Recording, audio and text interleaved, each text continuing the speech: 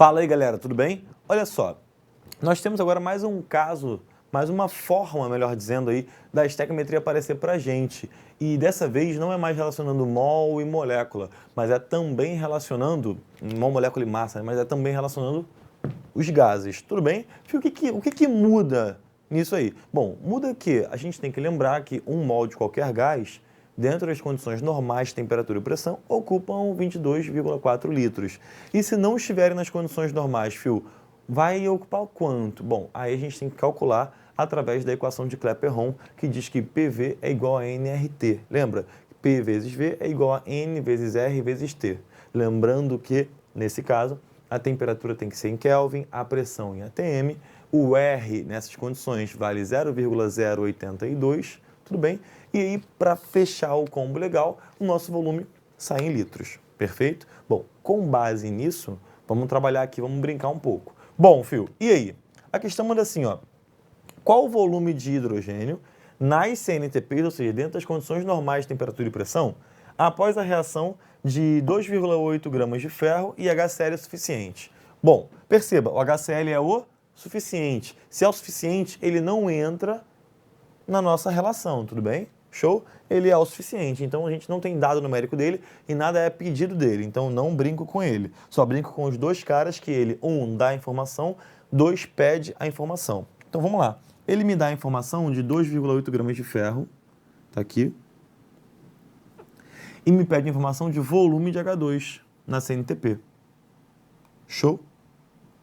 Bom, para deixar bonitão tem que estar balanceado, né? Então, para balancear, ó, TI, balanceei, a proporção entre ferro e hidrogênio é de 1 para 1. Então, bora.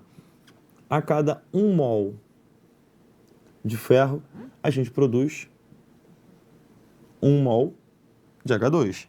Fio, no ferro, ele não fala em mol, ele fala em massa. O que eu faço? Vou na tabela. Vou lá e busco, ó, 56 gramas de ferro.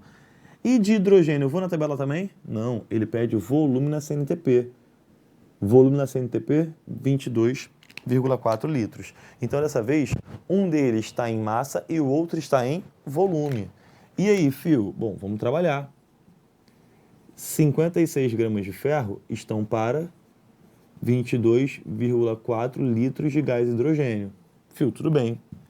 E 2,8 gramas de ferro, quanto de volume? X. X. Então, é só fazer a continha, olha. 56 e 2,8, o 56 é 20 vezes maior do que o 2,8, tudo bem? Então, aqui, ó, 20. Esse número dividido por 20 ele volta uma casa que divide por 10, vai ficar 1,12 litros de hidrogênio. Show.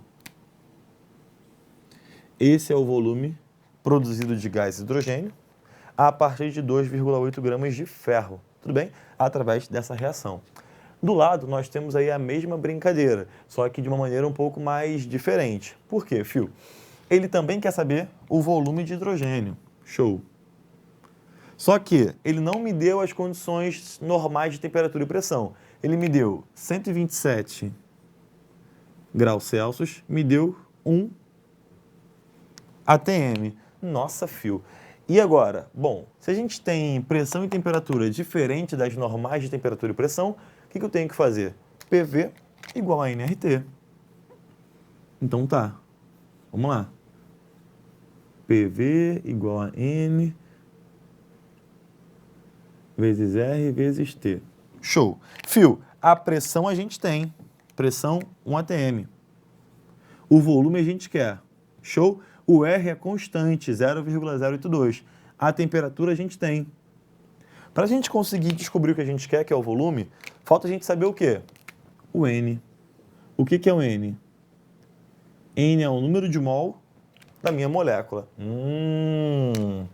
Então, vamos lá. O papo é, eu tenho 2,8 gramas de ferro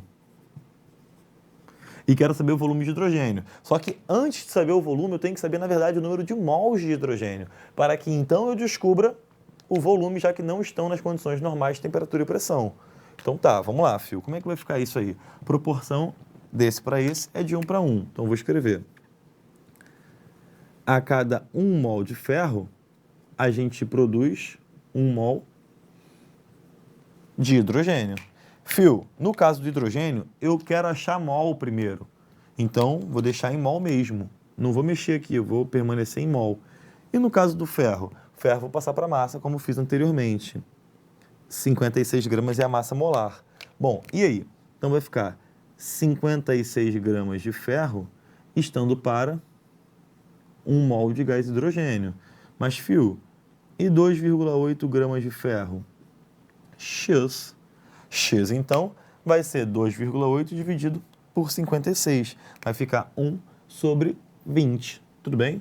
1 sobre 20 é 1 sobre 2, 0,5, 0,05 mol de hidrogênio. Agora que a gente descobriu o mol, a gente vai lá e coloca na fórmula. Então, bora. A pressão, fio, é 1. O volume é o que a gente quer. O N, 0,05. Então, vou colocar aqui, ó, 0,05. O R, 0,082. E a temperatura, cuidado. Por quê, fio? Essa temperatura tem que passar para Kelvin. Ela não pode entrar ali em graus Celsius, tudo bem? Então, olha, 127 graus Celsius, na real tem que somar com 273 para passar para Kelvin. E, fio, quanto é que dá isso aqui? Isso aqui vai dar 400 Kelvin. Então, coloca lá em Kelvin. Tudo bem? Bom, fio, e agora? Agora é brincar de cálculo. 400 vezes 0,082 vai andar aqui, ó, uma, duas casas, ficar 8,2, vai sumir os 2 zeros. Tudo bem? E aí, fio? 4 vezes 0,05, olha, vai ficar, se fosse 2, 0,1, vai ficar 0,2. Então, 0,2 vezes 8,2. Então, esse volume vai ser 2 vezes 8,2, 16,4. Volta uma casa. 1,64 litros de quê? De gás hidrogênio. Então tá.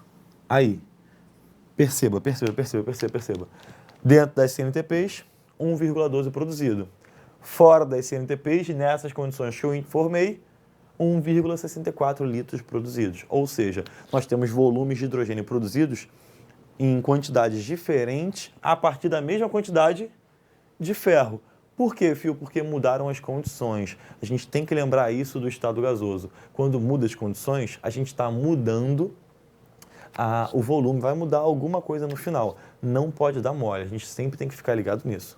Tá bom? Então, olha, faz um print. Foi muito bom estar com vocês hoje e, olha, façam muitas questões sobre esse assunto, tá bom? Um beijo para vocês. Até a próxima.